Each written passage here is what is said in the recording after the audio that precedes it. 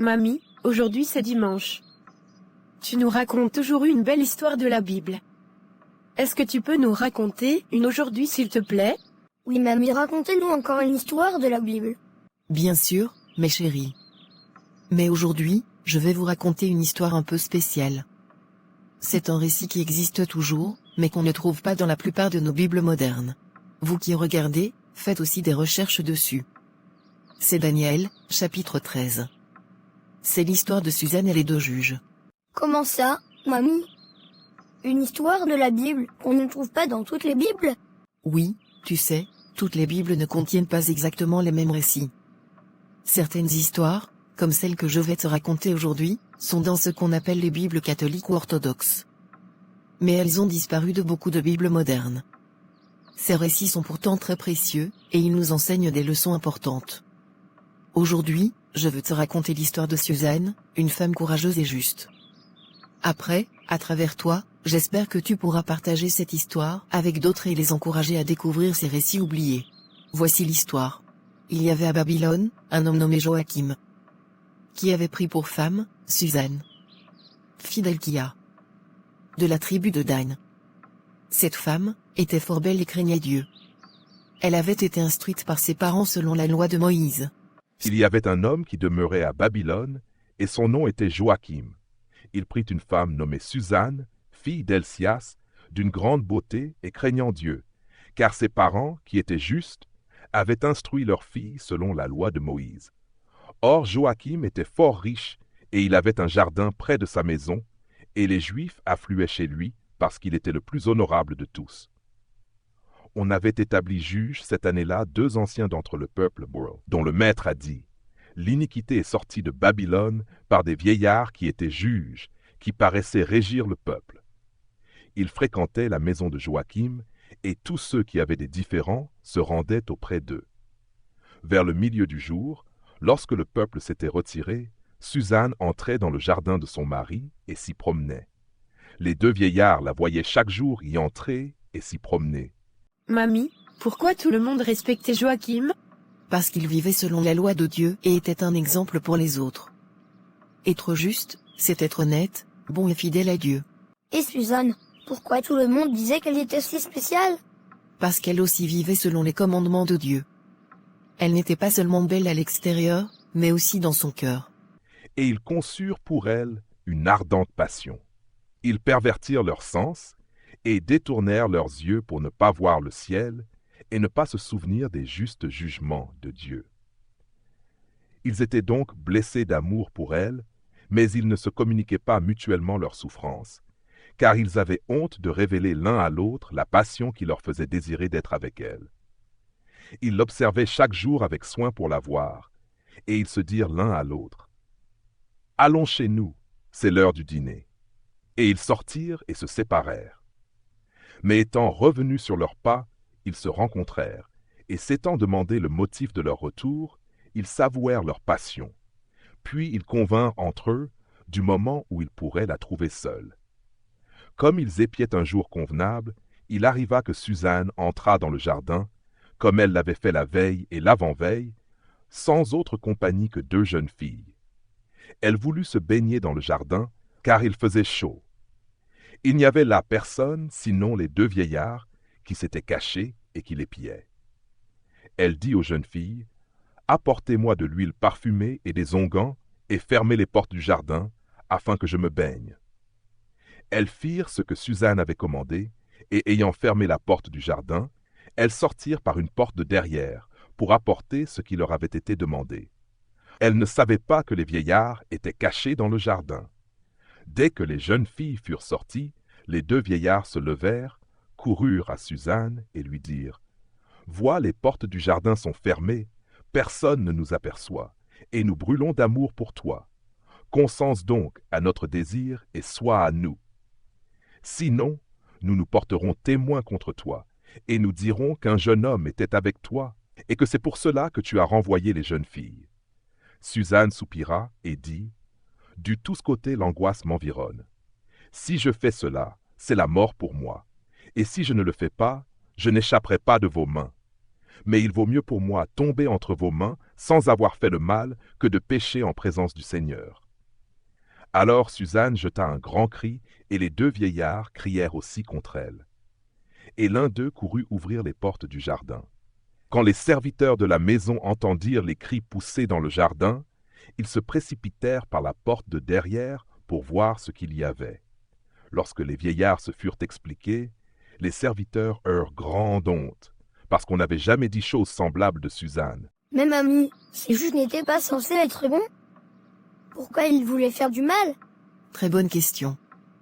Ces juges avaient le titre de justes, mais leur cœur était corrompu. Ils étaient guidés par leurs mauvaises pensées, pas par la loi de Dieu.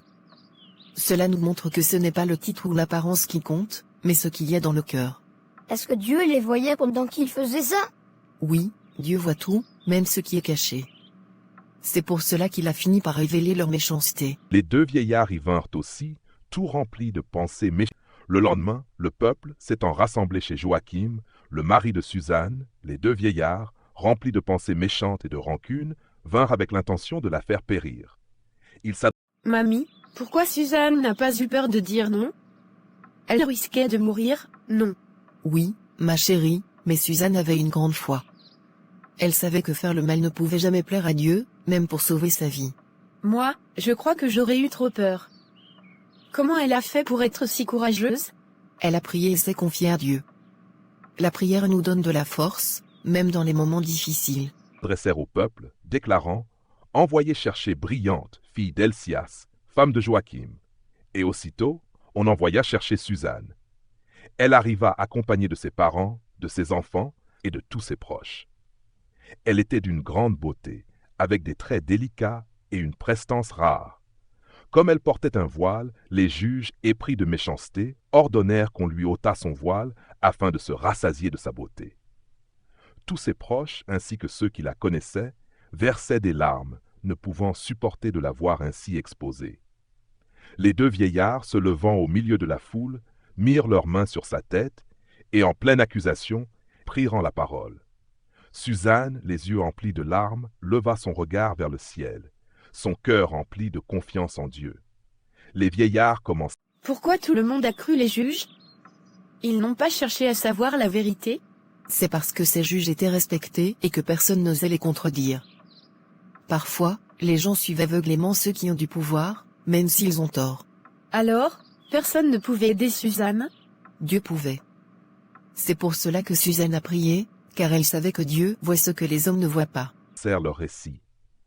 Comme nous nous promenions seuls dans le jardin de la maison, elle est entrée, accompagnée de deux jeunes filles. Après avoir fait fermer les portes derrière elle, elle renvoya les jeunes filles.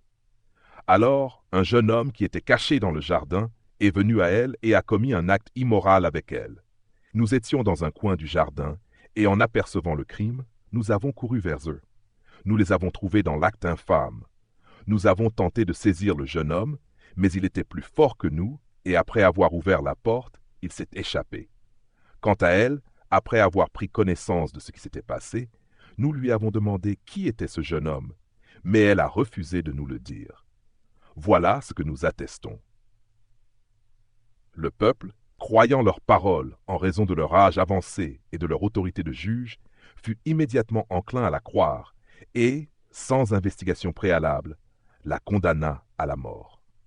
Alors Suzanne, dans un dernier appel de désespoir, s'écria à haute voix « Dieu éternel, toi qui connais les secrets cachés et qui sais tout avant que cela n'arrive, tu sais que ce témoignage contre moi est faux. Et voici, je suis condamné à mourir pour un crime que je n'ai pas commis, victime d'un faux témoignage. » Le Seigneur, dans sa miséricorde, entendit sa supplication. Alors qu'on la conduisait vers la mort, Dieu éveilla l'esprit d'un jeune enfant nommé Daniel, rempli de sagesse. Il se leva et cria à haute voix « Je suis innocent du sang de cette femme. » Le peuple se tourna vers lui, interloqué par ces paroles, et lui demanda ce que cela signifiait.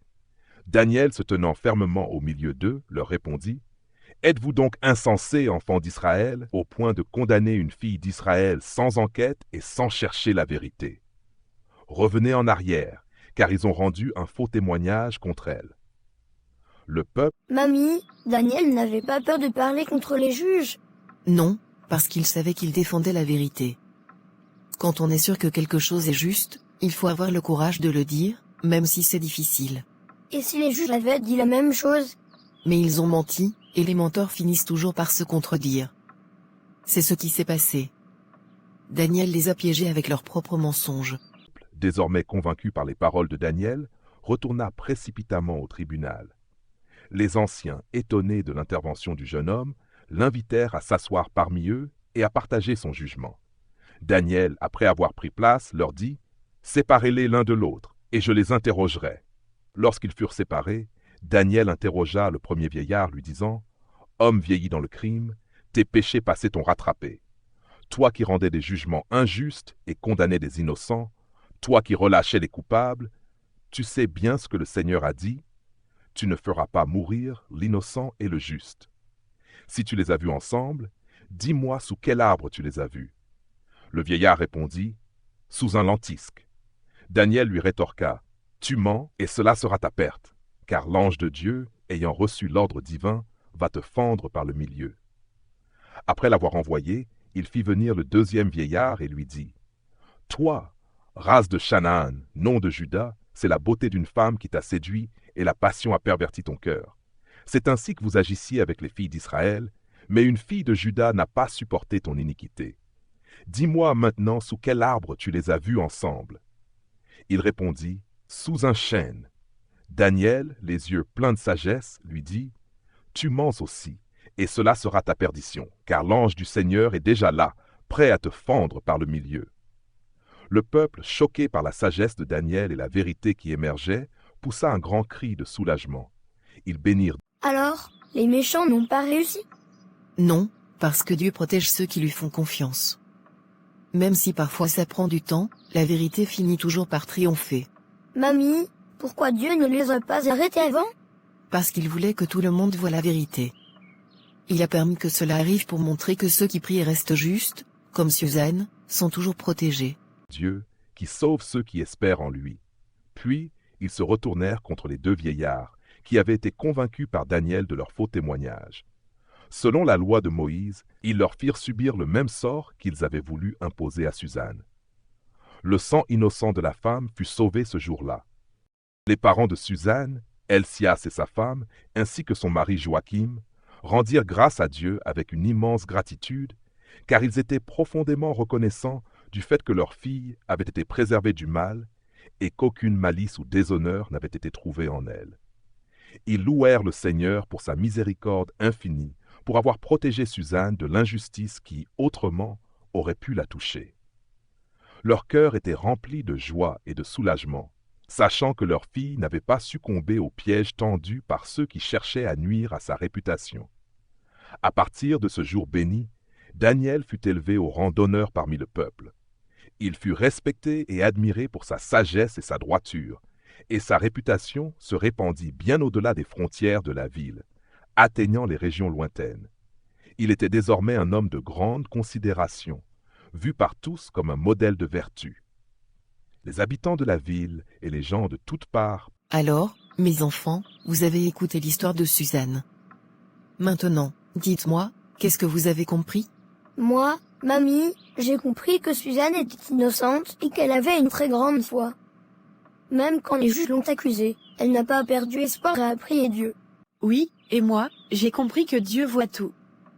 Même si les juges pensaient qu'ils allaient réussir à mentir, Dieu les a démasqués à travers Daniel. Très bien. Et pourquoi, selon vous, Suzanne n'a pas accepté de faire ce que les juges voulaient, même si cela pouvait lui sauver la vie? Parce qu'elle savait que c'était un péché. Elle préférait mourir en restant fidèle à Dieu que de faire quelque chose de mal. Oui, elle a choisi d'obéir à Dieu plutôt qu'aux hommes, même si c'était très difficile. Exactement. Et que nous apprend cette partie de l'histoire? Que parfois, il faut être courageux et suivre ce qui est juste, même si ça fait peur ou si ça semble impossible. Et que Dieu récompense toujours ceux qui lui restent fidèles. Très bien, mes petits. Maintenant, que pensez-vous des juges? Moi, je pense qu'ils étaient vraiment méchants. Ils utilisaient leur pouvoir pour faire du mal, au lieu d'aider les gens. Oui, et en plus, ils pensaient qu'ils allaient s'en tirer parce qu'ils étaient respectés. Mais Dieu les a punis. C'est vrai. Les juges pensaient qu'ils pouvaient cacher leurs mauvaises actions, mais Dieu voit tout. Alors, que devrions-nous faire dans nos propres vies? Toujours dire la vérité, même si c'est difficile. Et ne jamais abuser de notre pouvoir ou mentir pour obtenir ce qu'on veut. C'est exact. Maintenant, réfléchissez. Pourquoi pensez-vous que Dieu a permis que Suzanne soit accusée avant de la délivrer? Peut-être pour montrer aux autres qu'elle était vraiment innocente et qu'il ne faut pas toujours croire les gens qui ont du pouvoir. Ou pour que tout le monde apprenne une leçon sur la justice et la foi. Vous avez tous les deux raison. Dieu permet parfois que nous traversions des épreuves pour que notre foi devienne plus forte et pour enseigner une leçon aux autres. Maintenant, dites-moi, que pensez-vous de Daniel dans cette histoire? Daniel est vraiment courageux. Il a défendu Suzanne même s'il était jeune et que les juges étaient plus puissants que lui. Oui, il a utilisé son intelligence pour découvrir la vérité et il n'a pas eu peur de parler devant tout le monde. Très bien. Et que pouvons-nous apprendre de Daniel? Qu'il faut défendre la vérité, même si c'est difficile. Et qu'il faut toujours écouter Dieu et agir avec sagesse. Vous avez tout compris. Une dernière question, si vous étiez à la place de Suzanne, pensez-vous que vous auriez eu la même foi? Je ne sais pas, peut-être que j'aurais eu peur. Mais maintenant que je connais son histoire, je pense que j'essaierai d'avoir la même foi. Moi aussi, mamie. C'est difficile de rester fidèle quand on a peur, mais Suzanne nous montre qu'on peut faire confiance à Dieu dans les moments les plus durs. Oui, mes enfants. L'histoire de Suzanne est là pour nous rappeler que la foi, le courage et la vérité triomphent toujours. Même si les gens nous jugent ou nous accusent à tort, Dieu voit notre cœur et il agit au bon moment. Vous avez bien écouté et bien compris. Je suis fier de vous. Maman, je ne sais pas trop comment te le dire, mais on doit te parler. On a fait quelque chose, et on sait que ce n'est pas bien, mais on ne veut plus le garder pour nous. Tu sais, hier, quand on jouait dans le salon, même si tu nous avais dit de ne pas jouer là-bas, eh bien, on n'a pas écouté. On a commencé à jouer au ballon. C'était tellement amusant qu'on a oublié ce que tu avais dit. Et puis, tout est allé si vite, le ballon a touché le vase que mamie adore. Il est tombé, et il s'est cassé en plusieurs morceaux. Lucas et moi, on s'est regardés, complètement paniqués. On ne savait pas quoi faire. Alors, on a décidé de ramasser les morceaux et de les cacher. On a pensé que peut-être tu ne t'en rendrais pas compte tout de suite. Mais aujourd'hui, on s'est dit que ce n'était pas juste de te cacher ça. On est vraiment désolé, maman. On ne voulait pas te décevoir. Oui, c'est vrai, tout ce que Sophie a dit. Hier, j'étais le premier à proposer de jouer dans le salon. Je savais que ce n'était pas une bonne idée, mais je me suis dit, ce n'est qu'un petit ballon, rien de grave ne va arriver. Mais je me suis trompée. Quand le vase est tombé, j'ai senti mon cœur battre tellement fort, je ne savais pas quoi faire. On a pensé qu'en le cachant, on pourrait éviter les ennuis. Mais toute la nuit, je n'ai pas arrêté d'y penser. Je savais que c'était mal. Ce matin, on en a parlé avec Sophie et on s'est dit que dire la vérité était la seule chose à faire. Alors voilà, maman, on te dit tout. On sait qu'on aurait dû t'écouter dès le début. On est vraiment désolé. Mes enfants, je vous écoute, et je suis contente que vous ayez eu le courage de venir me dire la vérité. C'est une grande chose que de reconnaître ses erreurs, surtout quand on a peur des conséquences. Oui, je suis un peu déçue que vous ayez désobéi en jouant dans le salon, mais je veux que vous sachiez que je suis beaucoup plus fière de vous pour avoir été honnête. Faire des erreurs, c'est humain. Ce qui compte, c'est ce que vous faites après. Vous avez choisi de venir à moi, de tout me dire, même si vous aviez peur. Ça, c'est très courageux. Et vous savez quoi? Mamie aimait beaucoup ce vase, mais elle vous aime encore plus. Ce n'est qu'un objet, mes chéris. Ce qui est important, c'est que vous avez appris une leçon précieuse, écoutez les instructions, et surtout, ne pas avoir peur de dire la vérité. Mais maman, tu crois que mamie va nous pardonner? Je sais qu'elle aimait vraiment ce vase, c'était un souvenir précieux pour elle.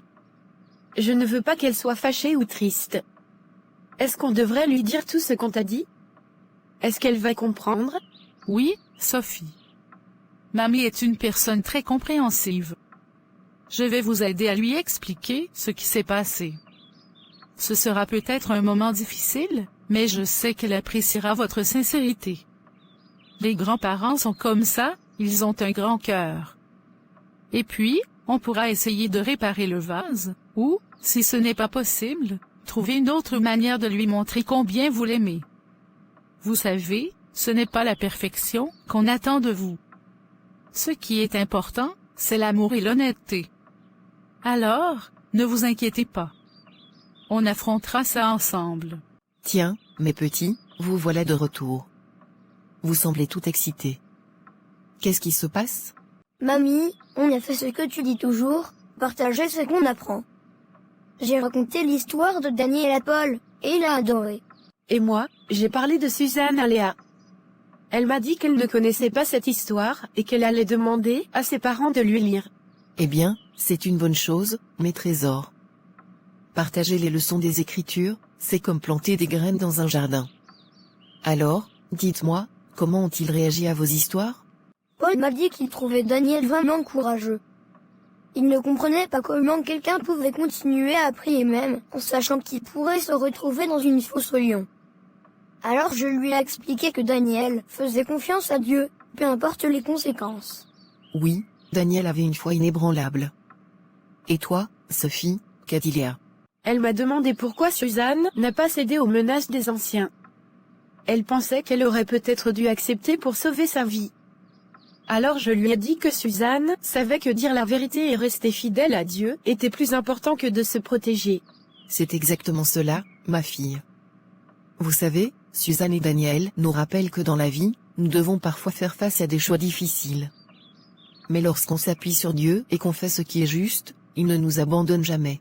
Mais, mamie, pourquoi Dieu ne les a pas sauvés tout de suite? Pourquoi Suzanne a dû passer par un procès et Daniel a dû entrer dans la fosse aux lions? C'est une excellente question, Lucas. Parfois, Dieu permet que nous passions par des épreuves pour que notre foi grandisse et que les autres voient sa puissance à travers ce qu'il fait pour nous. Suzanne a été innocentée devant tout le peuple, et Daniel est sorti de la fosse sans une seule blessure. Ces miracles ont montré à tout le monde que Dieu est fidèle. Alors, tu veux dire que quand on fait face à des problèmes, c'est une façon pour Dieu de nous montrer qu'il est là? Exactement, mon fils, les moments difficiles sont souvent des occasions pour nous d'apprendre à lui faire confiance encore plus. Mamie, je veux être comme Daniel. Même si tout le monde m'abandonne ou me critique, je veux continuer à prier et à faire ce qui est juste. Et moi, je veux être comme Suzanne. Je veux être courageuse et dire la vérité, même si c'est difficile. Vous faites ma joie, mes petits. Et rappelez-vous toujours, peu importe ce qui arrive, Dieu est avec vous. Mais dites-moi, maintenant que vous avez partagé ces histoires avec vos amis, que pensez-vous faire d'autre? Je pense que je vais continuer à parler de Daniel à d'autres amis. Paul m'a dit qu'il voulait en savoir plus. Peut-être qu'on pourrait même lire ensemble. Et moi, je vais demander à Léa de lire l'histoire de Suzanne avec moi. Comme ça, on pourra discuter de ce qu'on en pense. Voilà de belles idées. Vous êtes vraiment des petits témoins de foi. Je suis fier de vous. Mes chers amis, aujourd'hui, je vous invite à redécouvrir une histoire précieuse, souvent méconnue, mais riche en leçons pour nous tous. Il s'agit de l'histoire de Suzanne, qui se trouve dans le chapitre 13 du livre de Daniel. Malheureusement, ce chapitre n'est plus présent dans certaines versions modernes de la Bible. Mais cela ne veut pas dire qu'il a disparu. Je vous encourage à vous tourner vers des versions complètes, comme celle de la Bible catholique ou orthodoxe. Si vous avez du mal à le trouver, sachez que des sites fiables peuvent vous guider. Prenez le temps de lire ce récit, de méditer sur le courage et la foi de Suzanne, une femme qui a choisi de faire confiance à Dieu dans l'adversité la plus terrible. Et si vous ne trouvez pas ce chapitre dans vos propres Bibles, ne vous découragez pas. Allez sur des plateformes reconnues ou demandez conseil à vos communautés religieuses. L'essentiel est de chercher et de garder votre cœur ouvert à ces vérités anciennes mais toujours actuelles. Que ce récit nous inspire à être toujours honnêtes, à ne pas céder à la peur, et à faire confiance à Dieu, quelles que soient les épreuves que nous traversons. Je compte sur vous pour partager cela avec vos proches. Comme mes petits-enfants l'ont appris aujourd'hui, ces histoires ne sont pas seulement des récits du passé, elles sont des guides pour nos vies présentes.